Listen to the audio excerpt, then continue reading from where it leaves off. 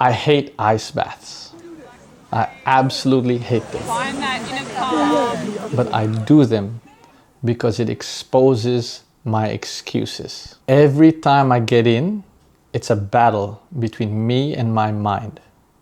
And I do ice baths for the physical benefits, but even more so to train my mind, my resilience, and my willpower.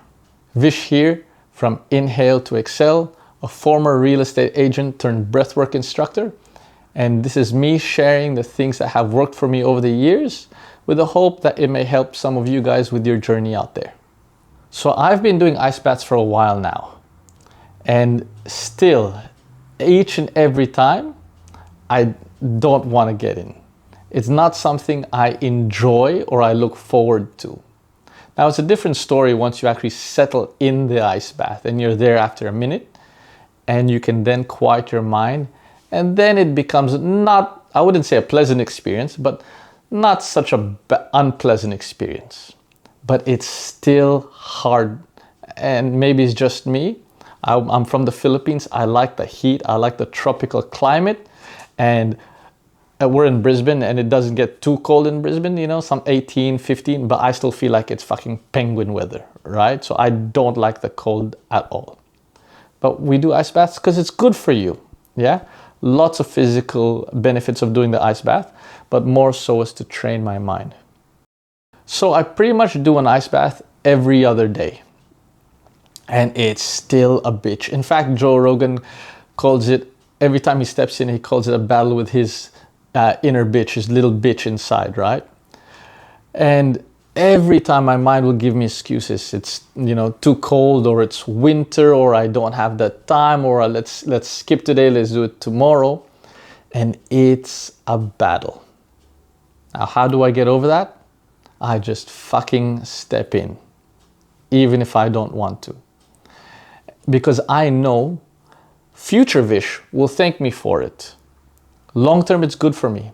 Physically, you know, it reduces inflammation, reduces muscle fatigue, improves blood circulation, all of that. And you can read the 10,000 benefits of why an ice bath is good for you. But for me, it's more the mental, emotional resilience. And there is actually also a spiritual aspect about that. And what I find is when you're in the zone, when you're in an ice bath, you are forced to feel everything. So for me, the ice is about emotional mastery. It's what happens to you. It's how you react when your body screams pain or it's too much. What emotions are you feeling through at that point in time? For me, there's some magic there.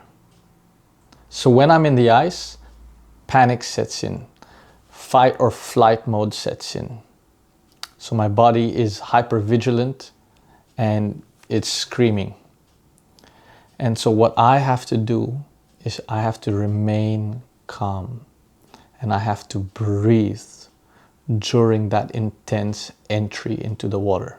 That sometimes, not sometimes, all the time, is quite scary and confronting. And the best bet to navigate through all of that is to remain calm. Now, if I can remain calm during those heightened emotions, I can bring that into my daily life as a father, as an employer, into my relationships, and bring and harness that peace that the ice is teaching me. So the ice makes me rehearse courage under pressure. It makes me rehearse being calm, being composed when everything is chaotic, when your body is screaming, when you're feeling pain and cold and numb all over. It reminds you to be in the present moment. I can remember my first ice bath experiences, and this was in a group setting. I was the weakest link. I couldn't tolerate the ice. I couldn't jump into the lake with everyone else I had to, and it was painful. Yeah. When you're getting into a lake that is 1 or 2 degrees, it's not just cold, but it's pain. And it's like jolts of electricity, jolts of pain shooting through your nervous system.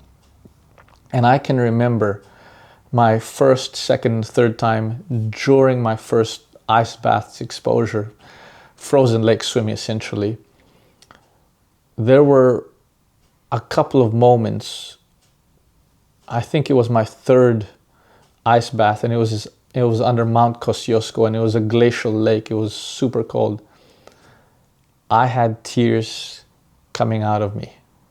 I was crying because it was that cold. The cold can bring up all of these emotions that we carry inside, that we suppress and repress. It was hard.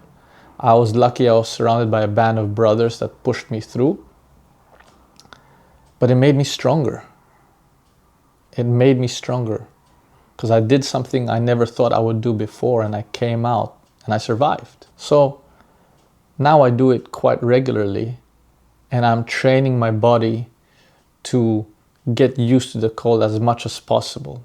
It is definitely not easy still, far from it.